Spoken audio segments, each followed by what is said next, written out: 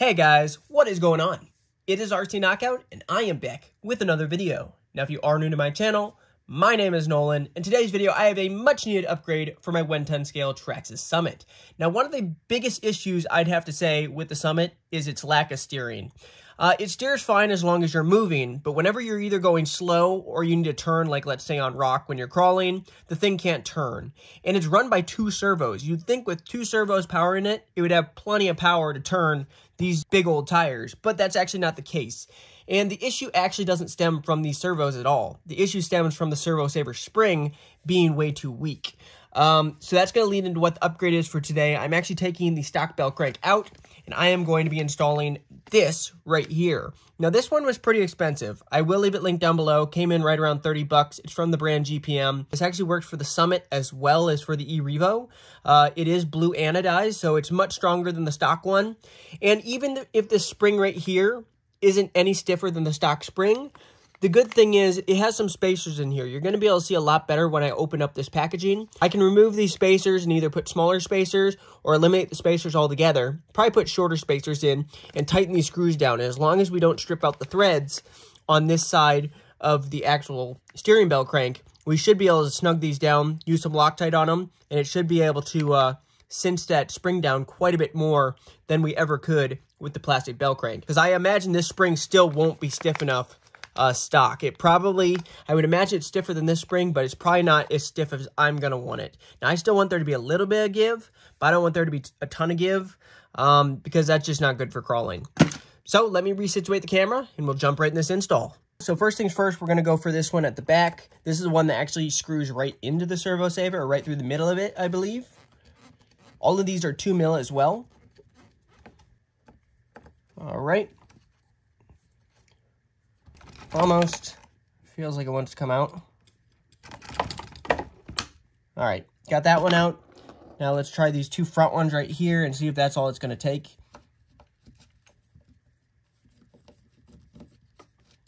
One.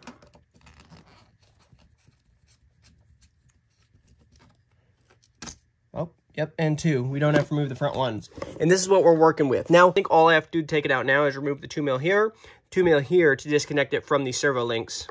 And then it should be out. I think it's as simple as that. Oh, well, never mind. We have to remove up here as well, I forgot. So, first let me disconnect it here. These are all 2 millimeter. Get all these undone. This hopefully won't be too difficult of an install, but like I said, we are going to be changing a few things, so it's not going to be super straightforward. All right, got one. And remove the other one over here.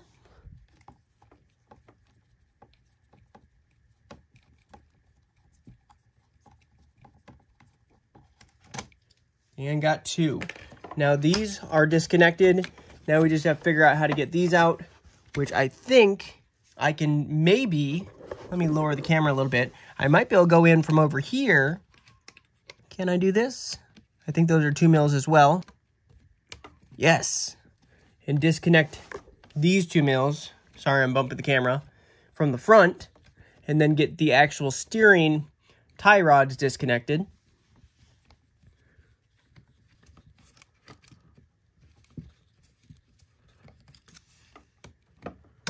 Okay, got one. And that link is free. And then go to this side and can access that one, hopefully from the front as well.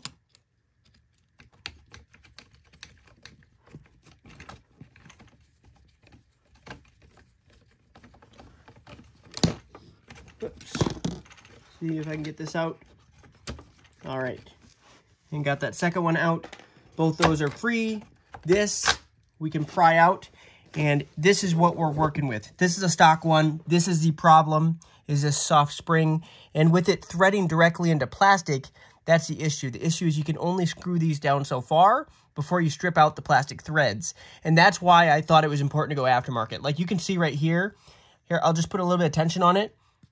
That's me pushing on it. That's not a ton of pressure I'm putting on it. And it's just flexing. So, and you can't go any tighter than that. My thought process was you could drill through, but actually look at this. This is not the easiest it looks like to drill through because you're drilling through like, I thought maybe I could drill through on the stock one like here, and here, and then back it with a nut, which might be possible, but it looks like it's just going to be easier altogether to go with this new steering bell crank that's made out of aluminum. I still need to be somewhat careful though, because I do not want to strip out the aluminum threads. Otherwise I'll have to back it with nuts. So here's a new one we're working with right here, guys. Let me slide the RC back a little bit. If you're wondering what the part number is, it is E-Revo 48-B. I think they have this in multiple colors. I decided to get in the blue anodized. Thought it looked good. But let's go ahead and get it ripped open. All right, getting this ripped open. And we will compare the two. So the first thing I'm interested in knowing comes with a few extra screws. Actually, these aren't extra. These are just the ones to tighten down here, here, here, and here. But I'm interested to know how much more difficult is it to push on this spring. Wow. It definitely is harder to turn. I can tell you that already, guys. Like, I'm trying to turn it, and like, I can do this probably with one hand. Here's a stock one. See how much that's giving? That spring is giving quite a bit here using one hand. This one, trying to do the exact same thing. I can't even move it, so I'm debating. I might not even have to do what I thought I needed to do. So you see the benefit of this right here, at least I think this is a separate piece. So this piece right here, if I were to unscrew this, I could take this out and let's say put a smaller, either stack washers or put a smaller, some sort of spacer in here that's shorter than this, and I could essentially cinch this down even tighter. As long as I don't strip out the threads, but as long as there weren't a clearance issue, we might be able to run longer screws and back this with nuts, but I'm not sure how the clearance looks in here, so I don't know if it would touch anything down in here. If it were to touch anything, I would guess, let's see. I don't think this one right here would touch anything if we did have to back this front one with a nut.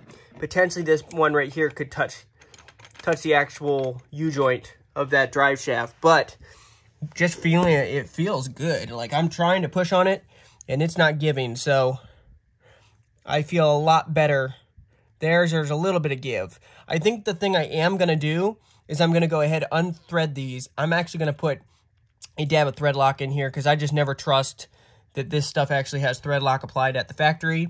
And then I will cinch it down as tight as I can get it without stripping out the threads. We'll get it installed, and next video we're going to test this out and see how it does on the rocks. So I'll be right back with you guys once I do that. So just as I thought, guys, this right here is actually a separate piece, but the thing I didn't realize, there is like a, I don't know what you call this, a bezel?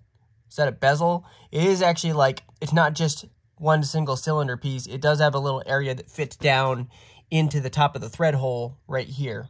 Let me know in the comments if you know what that's called. Is that called a bezel? It has like a step. So I think what we're going to do is we're just going to push this in and leave it how it is. We could probably just use some smaller ones. And just as I thought, I don't think there's any thread lock on this. So I'm going to put a dab of blue thread lock on this, cinch down both sides, and get it installed real quick. But pretty nice looking piece. I wanted to get a quality piece for this. I didn't want to get one of the cheap ones, even though there are some cheap options out there. Let me know in the comments down below if you bought any like the $10, $15 ones off of Amazon. Let me know how they've worked out for you. Are the springs stiff like this, or is it pretty flimsy? All right.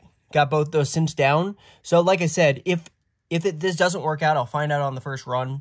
This should be significantly tighter because just by hand, I can tell you this is a lot more difficult for me to move it. I can move it a little bit, but it's going to be so much better, I can already tell, than the stock bell crank. Good thing is it already has bearings included and installed, so you don't have to worry about anything, but it does come in at a fairly hefty price. So this is not a cheap piece. Like I said, comes in $30, even a smidge more. I got it cinched down all the way, so let me try to get the camera positioned so I can show you guys myself installing it real quick. Actually, I'll just hold it to begin with. Okay, so first things first. So it goes like this, down into here like this.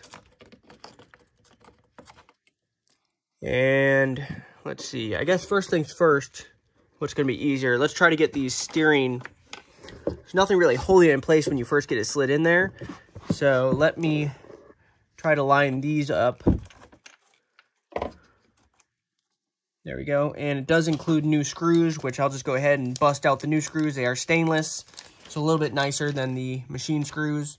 So it has two button head comes with 2 sunken head. So the sunken head are for the front piece.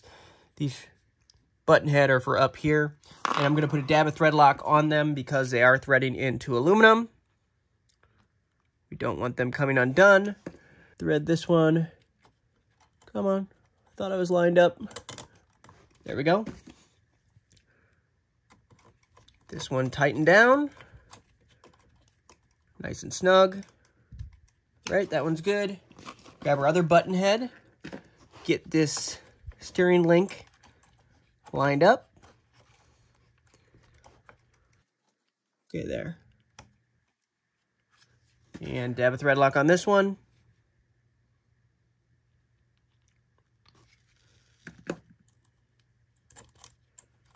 Right, get that one snug. Make sure you guys can see this all right. The aluminum piece does look nice, so I like the blue anodizing. It really matches the Traxxas anodizing too. Well, it might be slightly brighter, I suppose, but it pretty much matches the Traxxas blue anodized pieces. All right, all good. Now let's move on to these front links. So the front links, we're going to use the sunken head screws. Also need a dab of thread lock on these. Let's see. Hopefully this all goes together easily and painlessly. That's always a nice install when stuff goes together without any chaos or any drama. It's almost lined up. Come on. Nearly. All right, you guys can kind of see down there. Kind of hard to get these ones lined up. Once you get them lined up, they should screw in easily. All right, that one's snug. Now this last one, dab a thread lock on the threads. Turn the whole bell crank this way. A little bit more if we can. There we go.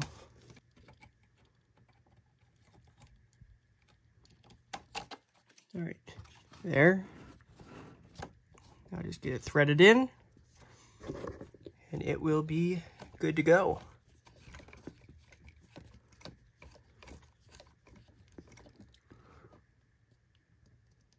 Right, got that one snug. Now we just got to get this plate back on and get everything cinched down, and it is complete. All right, so getting this put back on, looks like we can just slide this back underneath. And then the most important one, the only screw that actually holds this together, is this long one that goes right through here. Try to line all this up. That'll slide right through that center bearing. And we don't need any thread lock on that because it goes straight through into the plastic actually. This might need a little bit of persuasion. There we go. I should probably get this front one tightened to begin with.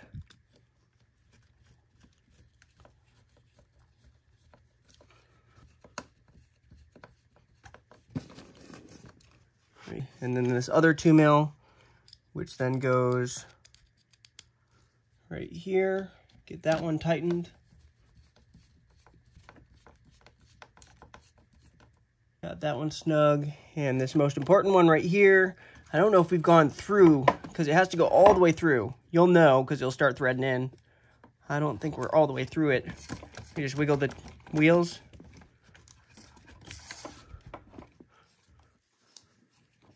There, I think it might be starting to thread in.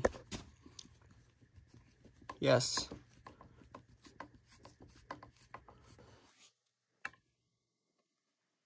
All right, middle one tight. And that is complete. Looks good overall. What do you guys think? I think that looks great. But anyway, if you guys did enjoy this video, go ahead, hit that like button, subscribe, hit that notification bell, so you'll be notified when I come out with the next video where we're going to be testing this thing on the rocks and see if this thing will be able to turn. Otherwise, we might have to go back to the drawing board and figure something else out with that bell crank to actually tighten that spring down more. But I can tell you, just by pushing this one, the spring moves way too easily compared to that. That's like at least 10 times stronger just as it sits right now. So we'll go test it out before I make any other mods, and hopefully it works out. But anyway, thanks for watching. See you in the next one.